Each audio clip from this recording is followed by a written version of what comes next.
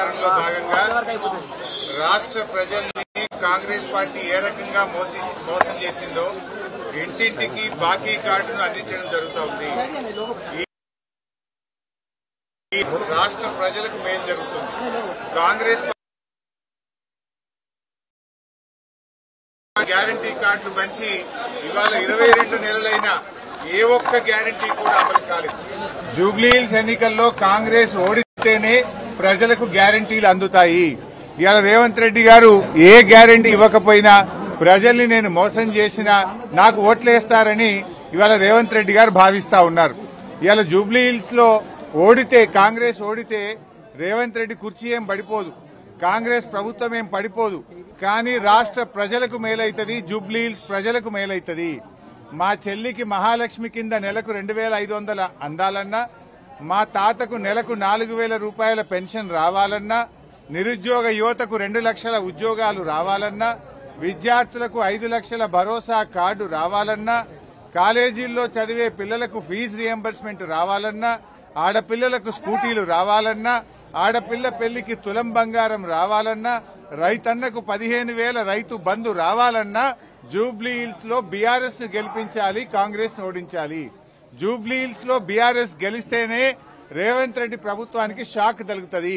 మేము గ్యారంటీ కార్డులు ఇచ్చి ప్రజల్ని మోసం చేసినాం గనక, ప్రజలకిచ్చిన మాట తప్పినాం గనక 100 రోజుల్లో 4,000 పెన్షన్ ఇస్తామని, 100 రోజుల్లో అక్కా చెల్లెలకు 2,500 మహాలక్ష్మి కింద అందిస్తామని మాట తప్పినందుకే జూబ్లీహిల్స్ లో ఓడించారు అని వాళ్లకు సోయ వస్తుంది, కనునిప్పు కలుగుతుంది. అప్పుడైనా రాష్ట్ర ప్రజలకు, జూబ్లీహిల్స్ ప్రజలకు ఈ 4,000 పెన్షన్ వస్తుంది, మహాలక్ష్మి పథకం వస్తుంది, కాంగ్రెస్ పార్టీ గ్యారంటీ కార్డు అమలవుతుంది. ఒకవేళ తప్పిపోయి జూబ్లీహిల్స్ లో కాంగ్రెస్ గెలిస్తే ఏమంటారు? రేపు మేము అన్ని పథకాలు ఇవ్వకపోయినా ప్రజలు మమ్మల్నే గెలిపించారు, ఇంకా మహాలక్ష్మి ఇవ్వాల్సిన అవసరం లేదు, 4,000 పెన్షన్ ఇవ్వాల్సిన అవసరం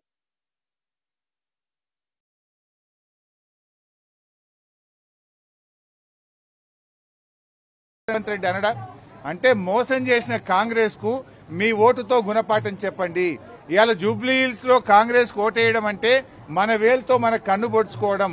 మోసం చేసిన కాంగ్రెస్ నేను జూబ్లీహిల్స్ నియోజకవర్గ ప్రజల్ని కోరుతా ఉన్నా.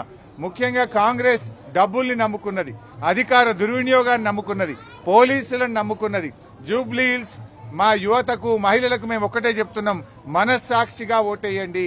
డబ్బులకో మద్యం సీసాలకో మనం అమ్ముడు పోవద్దు. రేవంత్ రెడ్డి డబ్బులను, మద్యం సీసాలను మీ ఎడమకాలతో తన్ని మీరు బీఆర్ఎస్ పార్టీకి ఓటేసి మాగంటి గోపీనాథ్ సేవలను గుర్తించి మా అభ్యర్థి మాగంటి గోపీనాథ్ గారు ఏ రకంగా అయితే మీకు సేవలు అందించారో మా అభ్యర్థి సునీత గారు కూడా, ఆమె పేదల మనిషి, ప్రజల మనిషి, ఒక సగటు మహిళగా మహిళల కష్టసుఖాలు తెలిసిన మనిషి. సునీత గారు ఎప్పటికప్పుడు మీ బస్తీల్లో తిరుగుతూ సగటు మహిళగా ఈ మహిళల కష్టాలను, జూబ్లీహిల్స్ అభివృద్ధికి, జూబ్లీహిల్స్ ప్రజల కష్టసుఖాల్లో తాను పాలు పంచుకుంటది. గోపి గారి అడుగు జాడల్లో నడుస్తుంది. గోపి గారికి నిజమైన నివాళి అర్పించడం అంటే మాగంటి సునీత గారిని గెలిపించడమే. దయచేసి జూబ్లీహిల్స్ ప్రజలారా, మా ముస్లిం సోదరులు, जितने भी हमारे जूबलीहिल्स के मुसलमान भाई बहनों हैं, आप सबसे सलाम करके मैं एक ही बात बोलना चाहता हूं. आज के कांग्रेस हुकूमत ने मुसलमानों को धोखा दिया. आपको शादी मुबारक के साथ 1 तोला सोना देते बोले, सोना नहीं दिया. आज कोड़ंगल में मस्जिद को, दरगाह को गिरा चुका है, ये भी आप लोग जानते हैं. और 4,000 करोड़ बजट देते बोले, ये बजट भी नहीं दिया, 1,000 भी खर्च नहीं कर रहा है. जो जितने भी केसीआर साहब ने टिमरी स्कूल निकाले, वो स्कूलों में कम से कम खाना भी सही नहीं दे रहा, पढ़ाई भी सही नहीं तरीके से टिमरी स्कूल में नहीं दे रहा है. आज मुसलमानों को मिनिस्टर भी नहीं दिए, कम से कम मुसलमानों को एक एमएलए भी नहीं दिए. इस वास्ते आप मुसलमानों को कांग्रेस ने धोखा दिया. जब केसीआर साहब थे, डिप्टी सीएम बनाए, होम मिनिस्टर बनाए, रेवेन्यू मिनिस्टर बनाए, बहुत अच्छी तरीके से बजट भी दिए, बहुत अच्छा काम कर चुके हैं. आप सबसे मैं एक ही गुजारिश करता हूं, जो मुसलमानों को कांग्रेस पार्टी ने धोखा दिया, आप उनके आपके वोट से कांग्रेस पार्टी को जवाब दीजिए. हमारे मागंटी गोपीनाथ के बीबी मागंटी सुनीता जी को आप वोट देके उनको जिताइए.